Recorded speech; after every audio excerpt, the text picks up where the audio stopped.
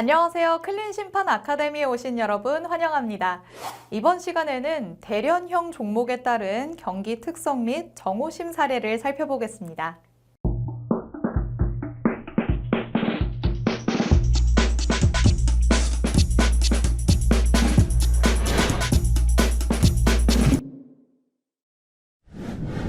먼저 태권도 종목에 대해 살펴보겠습니다. 태권도는 남녀노소 누구든 제한 없이 아무런 무기를 지니지 않고 언제 어디서나 손과 발을 사용해서 방어와 공격의 기술을 연마하는 스포츠입니다. 태권도는 4가지 관점에서 볼 수 있는데요. 첫 번째로는 신체 운동입니다. 태권도의 기술 체계와 운동 형태는 신체의 각 분절을 좌우 균형 있게 구사하도록 짜여져 있어서 인체 관절의 유연성이 고르게 발달하는 데 도움을 줍니다. 두 번째로는 맨몸투기입니다. 태권도는 맨손과 맨발로 상대방을 타격하는 기술 체계를 갖습니다. 세 번째로는 스포츠입니다. 태권도는 현대 스포츠로서 유희성, 안전성, 규칙성, 경제성을 골고루 갖추고 있습니다. 네 번째로는 교육적 수단입니다. 태권도가 표방하는 수련의 목적은 수련자가 사람다운 사람이 되게 하는 것, 즉 인간의 신체적 조건과 정신적 기틀을 개선하도록 하는 데 지향점을 갖는 것으로 설명됩니다. 이어서 태권도 종목의 오심 사례에 대해 알아보겠습니다. 2009년 세계 태권도 선수권 대회 남자 63kg급 결승전에서 있었던 사례입니다.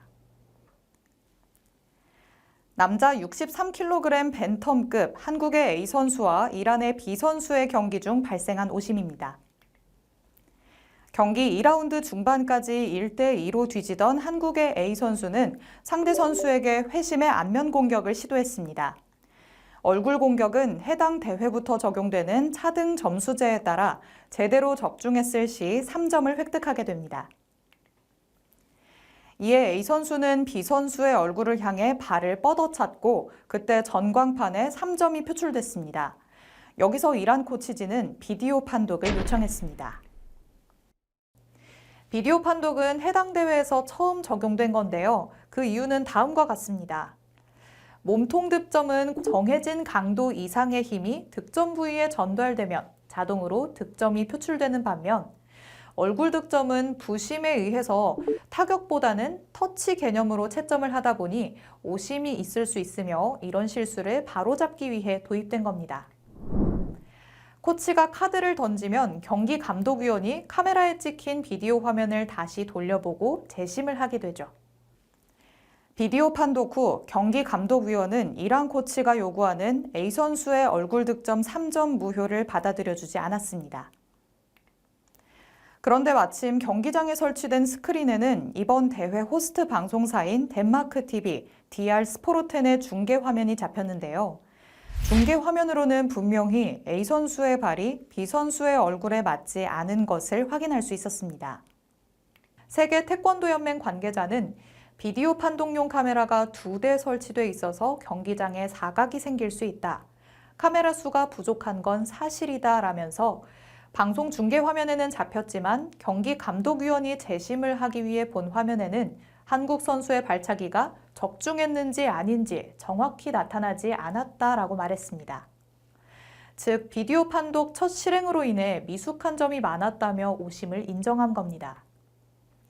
오심의 영향은 다음과 같습니다. 경기장에 설치된 스크린을 본 이란 선수단과 관객은 야유를 보냈고 경기가 종료되자 다시 전체 관중이 우우 하고 목소리를 높이기도 했습니다.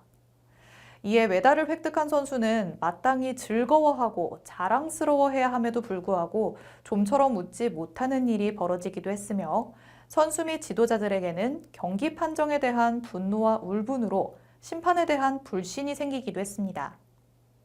또한 실망한 관중들이 경기를 외면하고 스포츠의 위상이 실추되기도 했습니다.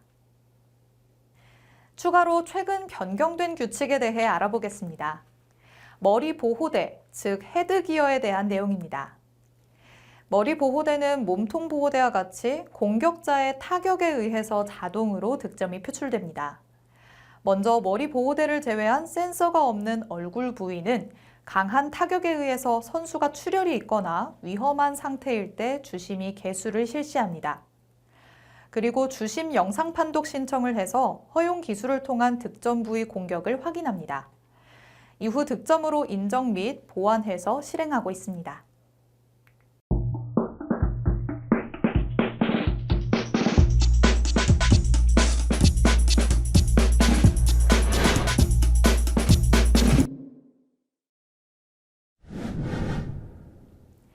다음으로 복싱 종목에 대해 살펴보겠습니다. 복싱은 격투기의 한 종류로 체급 경기를 진행합니다.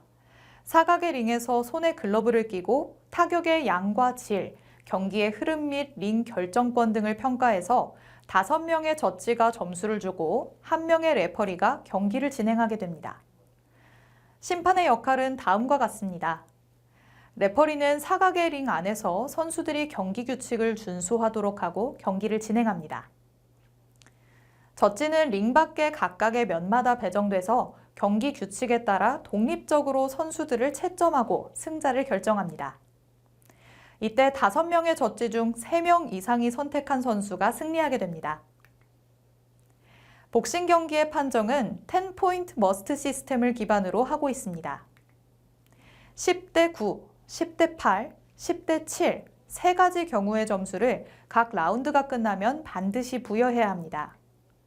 10대 9 경기는 치열한 라운드, 10대 8 경기는 승자가 확실한 라운드, 10대 7 경기는 완벽한 우위에 있을 때 적용됩니다. 이때 매 라운드 동점은 없으며 반드시 청, 홍 선수 중 한쪽의 승자를 선택해야 합니다. 이어서 복싱 종목의 오심 사례에 대해 알아보겠습니다. 판정 결과를 보면 전체 판정 3대 2로 홍코너가 승리했습니다. 1라운드는 심판 판정 2대 3의 경기로 대등한 경기로 볼 수 있으나 2라운드는 4대 1로 홍코너의 승리, 3라운드는 1대 4로 청코너가 승리했습니다. 2라운드의 3번 저지의 승자 결정은 잘못됐으나 전체 경기의 승패에는 영향이 없었습니다. 그러나 3라운드에서는 5번 저지의 승자 결정은 전체 경기의 승패에 대한 중대한 영향을 미치는 걸 볼 수 있었습니다. 본 점수는 명백한 오심이며 한 라운드의 잘못된 승자 선택이 경기의 승패도 바꾸는 결과를 초래했습니다. 최근에는 바우트 리뷰라고 해서 경기를 재심하는 제도가 생겨났습니다. 아직 국내에서는 진행되지 않고 있고 아이바 국제복싱협회에서 주최하는 메이저 국제대회에서 도입 단계에 있습니다. 이 제도는 억울한 선수를 만들지 않기 위한 노력이지만 심판들에게는 치명적인 오심을 남길 수도 있습니다.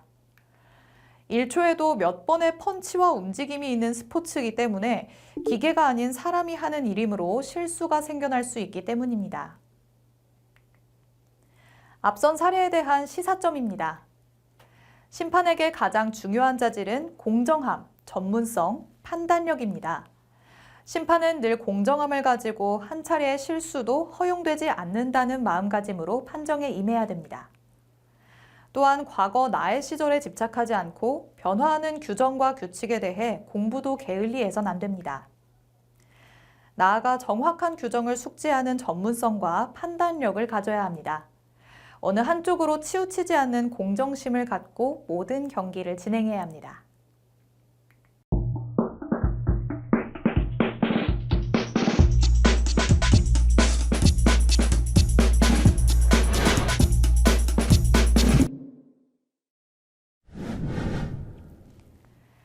다음으로 택견 종목에 대해 살펴보겠습니다. 택견이라는 종목은 예로부터 발로 차서 쓰러뜨리는 종목이라고 알려져 있는데요. 택견의 경기 특성을 살펴보면 다음과 같습니다. 먼저 승패를 결정하는 경우입니다. 첫째, 발로 차서 쓰러뜨리는 경우입니다. 둘째, 목 이상의 얼굴 부분을 발로 가격할 경우. 셋째, 무릎 이상의 부위를 경기장 바닥에 닿게 하는 경우입니다. 이때는 옷을 붙잡으면 안 됩니다. 넷째, 발을 잡아 넘기는 경우 등으로 나뉩니다. 심판은 경기장에서 청홍의 선수복을 입은 선수 사이에 황색 천릭을 입고 오른손에는 부채를 들고 심판 판정을 내립니다. 또한 모든 지시나 승패는 부채의 수신호 동작으로 이루어진다는 특징이 있습니다. 이어서 택견 종목의 오심 사례에 대해 알아보겠습니다. 2020년 제16회 대통령기 전국 택견대회 계급 결승전 경기에서 있었던 사례입니다. 오심은 대통령기 계급 상황에서 소청으로 올라온 A 선수가 B 선수와의 결승 경기에서 맞붙었을 때 발생했습니다. A 선수가 찬 발을 B 선수가 잡아 되치기로 넘기는 상황에서 심판의 판단은 목을 잡은 B 선수가 미세한 차이로 지면에 늦게 닿았다고 판정해서 승을 준 상황이었습니다. 이에 주심이 한 번 더 감독심과의 의견 교환을 했으나 감독심의 의견도 동일해서 B 선수가 결승 경기에서 승리했습니다. 그 뒤 방송되는 영상을 슬로우 모션으로 관찰한 결과 미세하게 B 선수의 무릎이 먼저 경기장 바닥에 닿았고 그 다음 A 선수의 등이 닿는 모습을 볼 수 있었습니다. 그러나 A 선수는 한 개 대회에서 한 번의 소청을 할 수 있다는 규정에 의거해서 소청을 할 수 없게 됐고 이 경기는 심판 판정의 오심으로 남게 됐습니다. 위의 상황은 심판의 잘못된 판정과 그에 따른 적절한 규정이 없었기 때문에 발생한 오심이었습니다.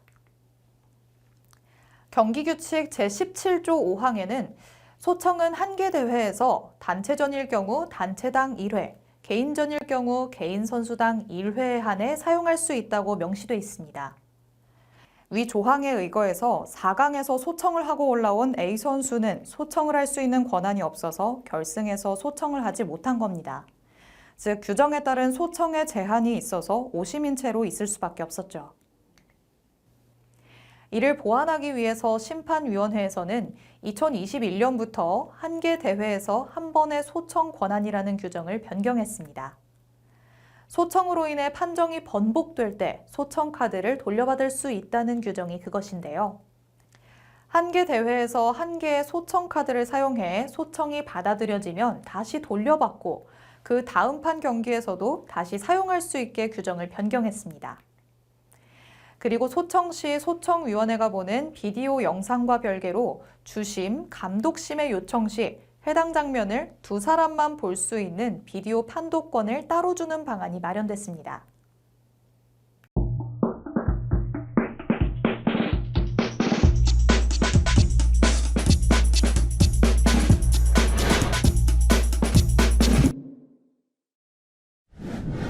다음으로 레슬링 종목에 대해 살펴보겠습니다. 레슬링 경기는 3분 2회전, 휴식 시간 30초로 구성되어 있습니다. 3분 1회전이 끝나면 30초의 휴식 시간이 진행되고 다음 3분 2회전 후 연장전 없이 점수에 의해 승자가 정해집니다. 동점으로 끝날 경우 세 가지 기준을 적용해서 승자를 판별할 수 있으며 그 기준은 다음과 같습니다. 첫째, 큰 점수를 획득한 자. 둘째, 코션, 즉 반칙점을 적게 받은 자. 셋째, 후취점을 획득한 자입니다. 레슬링은 공격 가능 범위에 따라서 그레코로만형과 자유형 두 가지 스타일로 나뉘고 2004년 아테네 올림픽에서 정식 종목으로 채택된 여자 레슬링을 포함해서 세 가지 유형으로 구성되어 있습니다. 여기서 여자 레슬링은 자유형에 해당합니다. 제1회 올림픽 종목으로 역사적 상징성을 가진 그레코로만형은 상체만을 공격할 수 있고 제4회 올림픽에서 정식 종목으로 채택된 자유형은 머리끝에서 발끝까지 공격 범위의 제한이 없습니다. 이어서 레슬링 종목을 구성하는 심판, 선수, 코치에 대해 알아보겠습니다. 한 경기에서 심판 구성은 경기를 운영하는 주심, 주심의 보조적 역할을 하는 부심, 주심과 부심의 모든 판정을 확인하는 심판장, 이렇게 3심으로 구성되어 있습니다. 선수들은 홈코너와 청코너로 구분합니다. 경기에 보조적 역할을 하는 코치는 세컨이라고 지칭하며 2명까지 시합장에 출석해 지정 자리에 착석하게 됩니다. 이들은 챌린지, 즉 비디오 판독을 요청할 수 있는 권한을 가집니다. 이때 챌린지의 취소는 선수의 직접 거부만을 허용하고 있습니다.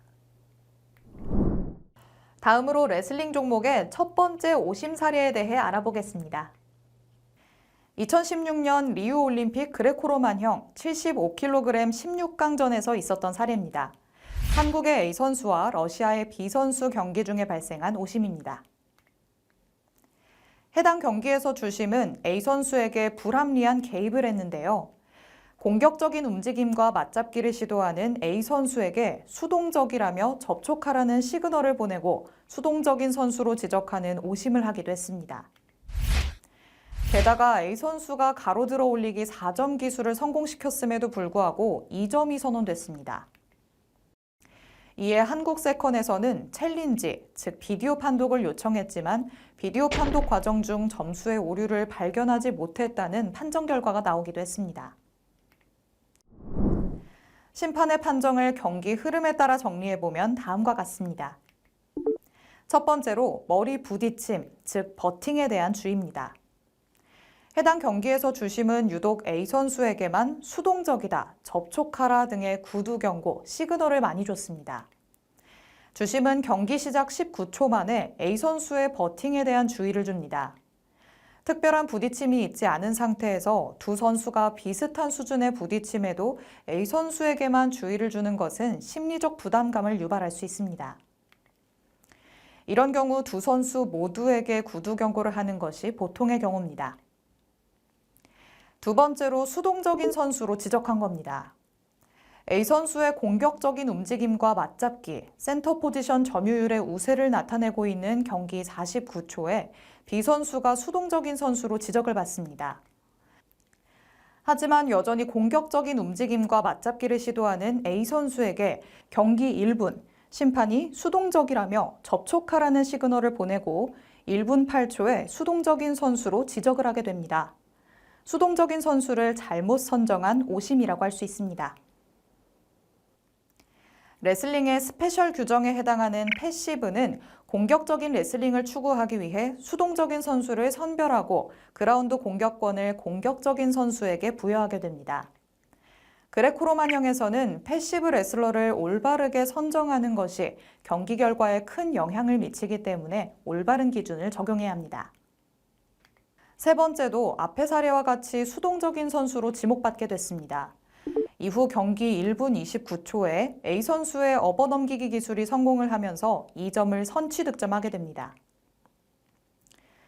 러시아의 B 선수는 경기 2분이 지나는 동안 뚜렷한 맞잡기나 기술의 시도, 연결보다는 A 선수의 팔꿈치를 막는 블록 동작이 주를 이루고 있었습니다. 그럼에도 불구하고 A 선수는 경기 2분 23초에 수동적인 선수로 지목돼서 패시브를 받고 상대 선수에게 공격권을 내어주었습니다. 네 번째로 경기 시작 20초 만에 공격점 없이 스탠드 선언이 된 겁니다. 경기 2분 45초에 B 선수의 공격 시도가 있자 A 선수는 옆굴리기 2점과 들어던지기 4점을 허용하면서 6점을 실점하게 됐습니다. 이후 6대2로 1회전이 종료되고 2회전이 시작되면서 A 선수의 적극적인 맞잡기와 공격적인 움직임으로 경기 3분 57초에 상대 선수가 패시브를 받게 됩니다. 그러나 그라운드 공격 시도를 위한 그립 중에도 공격을 종용하는 주심의 구두 경고가 계속되면서 공격 시작 20초 만에 공격점 없이 스탠드가 선언됐습니다. 마지막 경기 5분 28초 상황에서 B 선수가 수동적인 선수로 지목돼서 패시브를 받게 됐습니다. 다섯 번째로 4점 기술을 성공시켰음에도 2점을 부여한 겁니다. 마지막 공격권을 획득한 A 선수가 가로들어 올리기 4점 기술을 성공시켰음에도 불구하고 2점이 선언됐습니다. 이에 한국 세컨에서는 챌린지, 즉 비디오 판독을 요청했지만 비디오 판독 과정 중 점수의 오류를 발견하지 못했다는 판정 결과가 나왔습니다. 결국 점수의 변경 없이 그대로 경기 종료가 선언됐습니다. 이와 같은 오심이 발생한 원인을 종합하면 편파 판정과 심판 운영 미숙이라고 할 수 있습니다. 그레코로마냥에서 우수한 선수들의 경기에서는 수동적인 선수를 선별해서 패시브를 정확하게 판정하는 것이 경기 결과에도 큰 영향을 미치는 것을 다수의 경기에서 확인할 수 있습니다. 해당 경기에서는 심판단이 공격점이 있는 A 선수를 수동적인 선수로 지정해서 공격권을 B 선수가 획득한 것은 공격의 기회를 잘못 부여한 심판단의 오류라고 할 수 있습니다. 기술에 의한 공격점이 없는 상황에서 일정 시간이 경과하면 주심의 적극적인 개입이 이뤄지게 돼 있습니다. 이때는 심판단의 선정으로 공격권을 부여하기 때문에 패시브 레슬러를 선정하는 기준을 엄격하게 적용해야 합니다. 패시브는 수동적인 선수에게 경기를 종용하기 위한 방안으로 심판 철학에 의해서 정의되며 이의 제기를 할 수 없는 영역이기도 합니다. A 선수가 1회전 득점 후에 수비적인 자세를 많이 취했다면 패시브 레슬러로 지정될 수 있지만 A 선수는 경기 내내 적극적인 맞잡기와 상대 선수와의 접촉을 시도했습니다. 또한 경기 후반에 결정적인 마지막 기술 공격점에 대한 판정까지 미루면서 종합적 평가로는 편파 판정과 심판 운영 미숙이 가장 큰 오심의 원인이었다고 할 수 있습니다. 오심이 빈번하게 발생되고 이로 인해 경기에 대한 시시비비가 끊임없이 발생되는 것은 그 종목에 대한 인구 유입 및 경기력 발전에도 상당히 부정적인 영향을 미칠 수 있습니다. 특정돼 있는 승자의 표식은 선수들의 사기를 잃게 합니다. 또 페어플레이, 양질의 훈련보다 심판 및 연맹 매수로 인한 사건, 사고가 발생하게 되고 이에 많은 레슬링 관계자들 및 팬들로부터 외면을 당할 수 있습니다.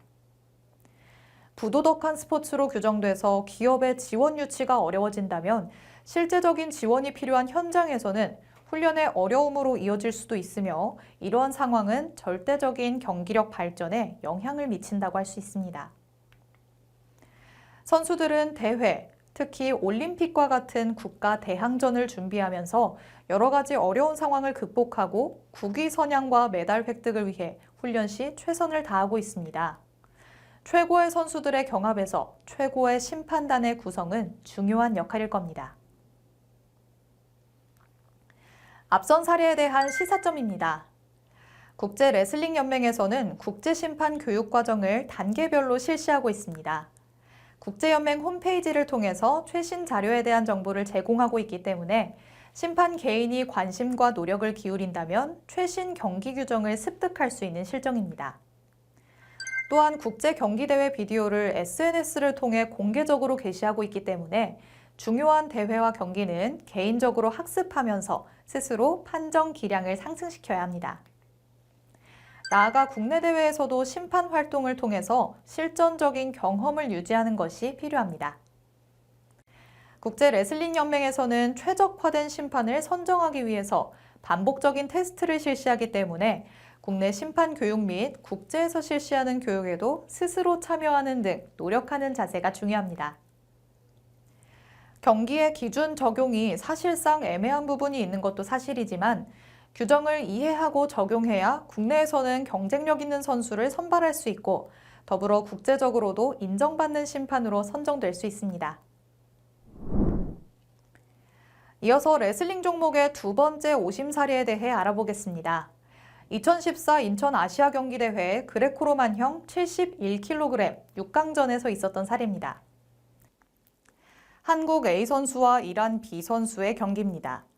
1회전 경기가 시작되고 50초가 경과했을 때 한국 A 선수가 메어 넘기기 기술을 성공하면서 4점을 선취 득점했습니다.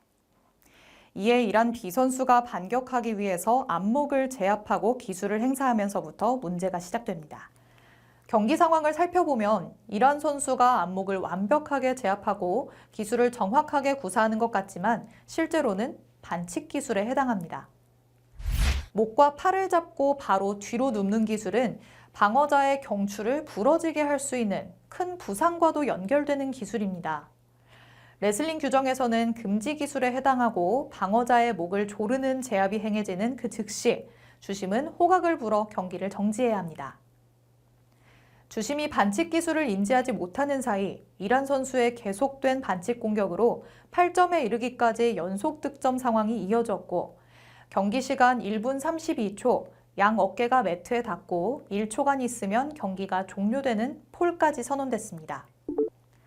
경기 승자가 선언되려는 순간 한국팀이 반칙 기술에 대한 챌린지, 즉 비디오 요청을 했습니다. 당시 경기 규정 중에 챌린지 요청 전에 심판 회의를 할 수 있도록 하는 규정이 있었는데요. 이를 통해 심판단 회의에서 점수를 수정하는 상황에 이르렀습니다. 안목을 제압해서 실시된 첫 번째 기술점 2점 이외에 다른 기술은 명확한 반칙 기술에 해당합니다.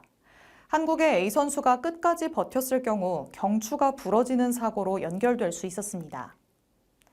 주심의 반칙 기술 인지 부족으로 인해서 6점까지는 인정이 되고 나머지 2점과 폴이 취소됐지만 이란의 B 선수는 굉장히 억울해하는 상황이 연출됐습니다.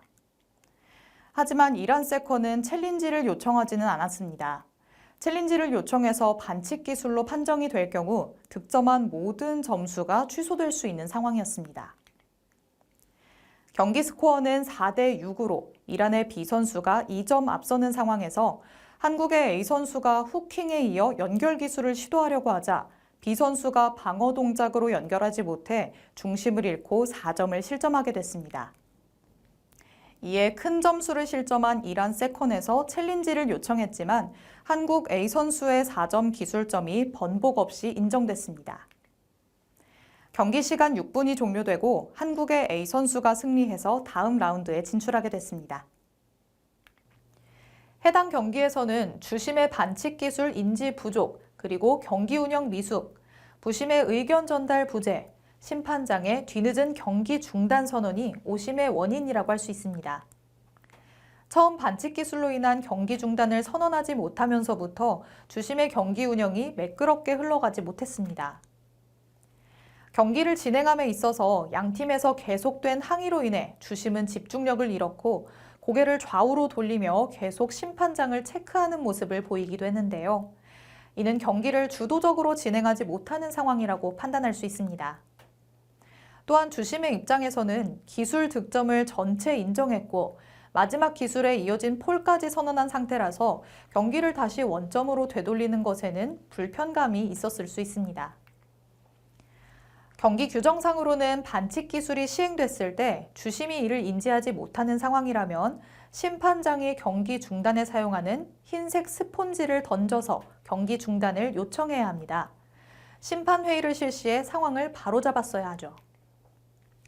주심은 선언하고 이를 인지한 부심이라도 경기 중단을 요청해도 되는 상황이었지만 3심의 합의도 미숙한 상황이었습니다. 심판은 경기 운영에 따른 승자 판결보다 중요한 한 가지를 최우선으로 선행해야 합니다. 그것은 바로 선수들의 안전을 지키는 겁니다. 국제레슬링연맹에서는 과도하게 집착돼 있는 승리에 대해서 올바른 기술 시도가 아닌 반칙 기술의 발전으로 인해 부상 선수가 해마다 늘어나는 것을 언급하며 안전한 레슬링 경기를 최우선의 목적으로 시행해야 한다고 국제 심판 교육에서 중요점을 언급하고 있습니다. 앞서 살펴본 경기를 주관했던 주심은 2012년 런던 올림픽 심판이었고 2014년 아시안게임에 참가했지만 해당 경기를 끝으로 심판 자격이 강등되고 심판에서 은퇴했습니다. 또한 해당 경기 사례로 인해서 안목을 제압할 때의 상황에 대한 연구와 심판단 선언에 대한 교육이 이뤄지고 있는 실정입니다. 레슬링 경기는 얇은 경기복, 싱글렛과 슈즈만을 장비로 해 도구 없이 진행됩니다. 레슬링 기술에서는 관절을 꺾거나 목을 조르는 행위는 반칙이며 선수 보호 차원에서 주심의 즉각적인 개입으로 이를 정지시키고 선수를 보호해야 합니다. 이것은 경기 규정을 적절하게 적용하는 것이고 부적절한 심판 개입이 아니라는 것을 심판 교육과 지도자 교육을 통해 레슬링 경기에 출전하는 모든 사람들이 알아야 합니다. 특히 어린 선수들에게도 반칙 기술 시도에 대한 위험성을 각인시킬 필요가 있습니다. 무조건 승리하고 본다는 식의 승리지상주의는 더 이상 스포츠 현장에서는 환영받지 못한다는 것을 스포츠를 실행하는 관계자들이 숙지해야 합니다. 최신 경기 규정을 숙지하는 것도 중요합니다. 오심 사례로 살펴봤던 한국과 이란 경기의 주심은 올림픽 심판이었지만 최신 규정이 숙지되지 않은 상태였습니다. 이란 선수의 옳지 못한 제압이 한국 선수의 부상까지 이어지지 않은 것에는 안도의 한숨을 내쉬기도 했습니다. 교육을 통해서 올바른 준비가 된 심판은 종목의 이미지를 좌우할 수 있는 중요한 매개체가 되기 때문에 언제나 최신 규정을 숙지하고 경기 현장에서 바로 적용할 수 있도록 하는 노력을 기울여야 합니다.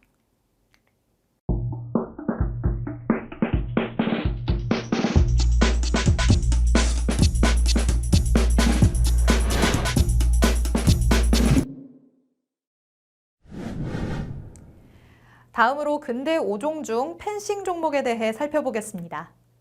펜싱은 두 경기자가 검을 가지고 찌르기, 배기 등의 동작으로 득점해서 승패를 겨루는 스포츠입니다. 사용하는 검에 따라서 플레레, 에페, 사브르의 세 종류로 나뉘며 남녀 개인전과 단체전이 있습니다. 각각 다른 규칙에 따라 시합을 하는데 공식 용어는 모두 프랑스어입니다. 펜싱 경기에는 각 피스트, 즉 각 펜싱 코트마다 주심 1명이 배치되어 있습니다. 피스트 주심의 임무는 아래와 같습니다. 심판기를 주시하며 항상 두 선수의 동작을 쫓아 움직이면서 대전을 총괄합니다. 선수 호명, 유효타 여부 결정 및 승인을 하고 각각의 대전이 있기 전과 선수의 변경이 있을 때마다 각 선수의 검과 장비 및 복장 검사를 실시합니다. 선수의 실격 및 실권 발생 시 경기 감독관에게 건의하고 대전 기록표에 기록해야 하며 나아가 벌칙받은 선수에게 통보해야 하는 의무를 가지고 있습니다. 이어서 펜싱 종목의 오심 사례에 대해 알아보겠습니다. 제95회 전국체육대회 남자 고등부 근대 4종 계주 펜싱 경기에서 있었던 사례입니다. 해당 경기는 대구체육고등학교와 대전체육고등학교의 대전이었으며 정상적인 펜싱 경기를 거쳐 대구체육고등학교의 1승, 대전체육고등학교의 3패로 경기가 종료됐습니다. 이때 기록심으로 참여했던 대구연맹 전무이사가 기록지를 심판에게 전달하는 과정에서 승패를 임의로 변경하는 일이 있었습니다. 그는 이동 중 1승 3패의 경기 결과를 3승 3패로 수정했고 종합득점을 관리하던 관리심은 이를 그대로 기록한 겁니다. 기록심이 피스트에서 본부석으로 이동하며 경기 결과와 다르게 3승 3패로 고치는 과정에서 그 과정을 유심히 지켜보던 대전연맹 전무이사가 대구 최고와 대전 최고의 경기 결과에 대한 기록지 확인을 요청했습니다. 최종 기록지를 확인한 결과 대구 최고 3승, 대전 최고 3패로 경기 결과가 임의로 고쳐졌다는 사실을 확인하게 됐습니다. 이러한 오심이 발생한 이유는 주심이 최종 결과에 대한 정확한 처리 임무를 소홀히 했다고 볼 수 있는데요. 다음의 경기 규정을 보면 그 임무에 대해 자세히 나와 있습니다. 먼저 첫 번째 규정에는 각 피스트에 배정된 주심은 본인이 통제하는 경기 질서 유지부터 경기의 시작부터 종료되는 순간까지 모든 것을 관장해야 하는 임무가 부여된다라고 명시되어 있습니다. 그리고 두 번째 규정에는 경기 결과 승인과 관련해서 대진 직후 주심은 전체 기록지에 결과를 기입하고 서명해야 한다. 팀 대표 그리고 선수는 주심이 건네주는 기록표가 정확한지 확인하고 서명해야 한다. 선수 혹은 팀 대표가 기록표에 서명을 하는 순간 경기 결과에 대한 구두 이의 제기는 허용되지 않는다고 명시되어 있습니다. 즉, 주심의 임무는 최종 기록표에 각 팀 선서의 서명을 확인함과 동시에 성적에 대한 최종 결과가 정확하게 처리될 수 있도록 해야 하는 것인데 이를 소홀히 했다고 볼 수 있습니다. 이러한 오심이 발각된 후 해당 피스트에서 주심과 대구 최고 선수들, 대전 최고 선수들을 불러서 확인을 실시했고 그 결과 대구 최고는 1승 2패, 대전 최고는 3패로 변경 기재했으며 기록심이 기재한 대구 최고 3승은 거짓임을 확인하게 됐습니다. 결과적으로 이러한 과정을 경험하게 되는 운동선수들은 심판과 심판 판정에 대한 불만이 생길 수 있으며 심판에 대한 신뢰에도 영향을 미칩니다. 스포츠는 가장 공정하고 규정을 제일 잘 지키는 분야인데 위 사례가 심판에 대한 부정적인 요인이 되지 않도록 해야 할 겁니다. 선수들이 심판에 대한 의심을 갖지 않고 경기에만 전념할 수 있도록 환경을 만들어주는 것이 종목이 발전할 수 있도록 하는 중요한 부분인데요. 이를 위해 심판 및 심판 판정에 대한 전문성, 공정성, 심판의 태도, 영향력에 대한 신뢰를 높여야 할 겁니다. 특히 우수한 심판을 양성하는 데 필요한 심판 역량 강화를 위해 체계적이고 심도 있는 교육이 이루어져야 할 것이며 전임 심판 제도를 통해서 전문적인 심판 양성 프로그램 조성 등을 꾀할 수 있을 겁니다.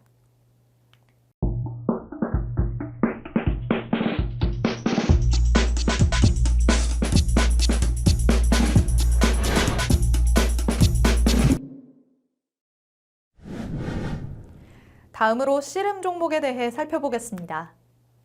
씨름 종목의 경기 특성은 다음과 같습니다. 첫 번째로 경기 방식입니다. 쉽게 말해 씨름은 기술적 점수제가 아니며 모래판 지면에 먼저 닿은 선수가 지는 경기입니다.